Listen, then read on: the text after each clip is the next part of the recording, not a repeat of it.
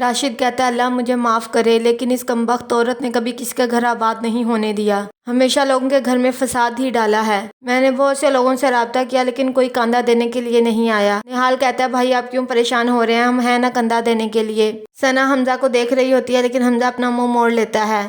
Mrs مصطفیٰ آتی ہیں تو ساجدہ کہتی ہے ہماری فیملی میں ڈیتھ ہو گئی تھی اس لیے ہم آپ سے رابطہ نہیں کر سکے، لیکن رانیہ کی شادی میں ایسے ہی نہیں کر سکتی۔ نہال بھائی سے مشورہ کروں گی، وہ جو جواب دیں گے میں آپ کو بتا دوں گی۔ مسز مصطفیٰ کہتی ہیں ہمارے خاندان میں ایسا کچھ نہیں ہوتا، ہمیں تو رانیہ دل و جان سے بہت پیاری لگی اور میرے ولید کو بھی۔ وہ رانیہ کو اپنے پاس بٹھاتی ہے اور اپنے ہاتھ سے انگوٹھی نکال کر رانیہ کو پہنانے لگ جاتی ہے۔ ساجدہ کہتی ہے یہ آپ کیا کر رہی ہیں؟ مسز مصطفیٰ کہتی ہیں اب آپ کچھ نہیں بولیں گے، اب میرا اور رانیہ کا مسئلہ ہے۔ نائلہ گھر چھوڑ کر جا رہی ہوتی ہے۔ حمزہ کہتا ہے امی یہ آپ کیا کر رہی ہیں؟ نائلہ کہتی ہے میں اس گھر میں ایک ہی شرط پر رکوں گی، جب تم اپنی ضد چھوڑ دو گے۔ نہال کہتا ہے ایک ضد منوانے کے لیے دوسری ضد پکڑ لی ہے تم نے۔ نائلہ کہتی ہے اس گھر میں وہی ہوتا ہے جو آپ باپ بیٹا چاہتے ہیں۔ حمزہ کہتا ہے آپ نے اپنے کیے ہوئے فیصلے کر کے دیکھ لیے ہیں نا؟ نائلہ کہتی ہے اسی لیے بس تمہیں سمجھا رہی ہوں، جو بات میں کہہ رہی ہوں وہ مان لو۔ تبھی نائلہ وہاں سے جانے لگتی ہے، نیچے گر جاتی ہے اور اس کے پاؤں میں موچ آ جاتی ہے۔ رانیہ کہتی ہے ماما آپ کہاں جا رہی ہیں؟ ساجدہ کہتی ہے کہ نہال بھائی کی کال آئی تھی، نائلہ بھابی گر گئی ہیں، ان کے چوٹ لگی ہے۔ رانیہ کہتی ہے آپ نہ جائیں، آپ کو دیکھ کر اور غصہ کریں گی۔ ساجدہ کہتی ہے افسوس تو مجھے بھی ہے لیکن معاف کر دینا چاہیے لوگوں کے رویوں کو، اللہ خوش ہوتا ہے۔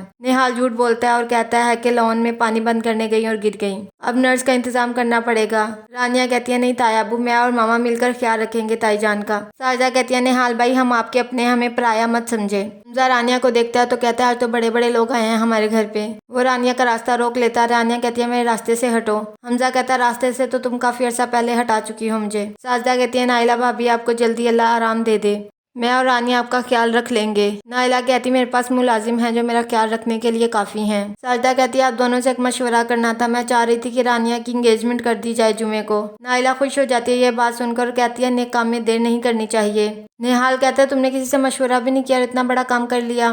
ساجدہ کہتی ہے نائلہ بھابی کو سب پتا تھا، یہی تو رشتہ لے کر آئی تھیں۔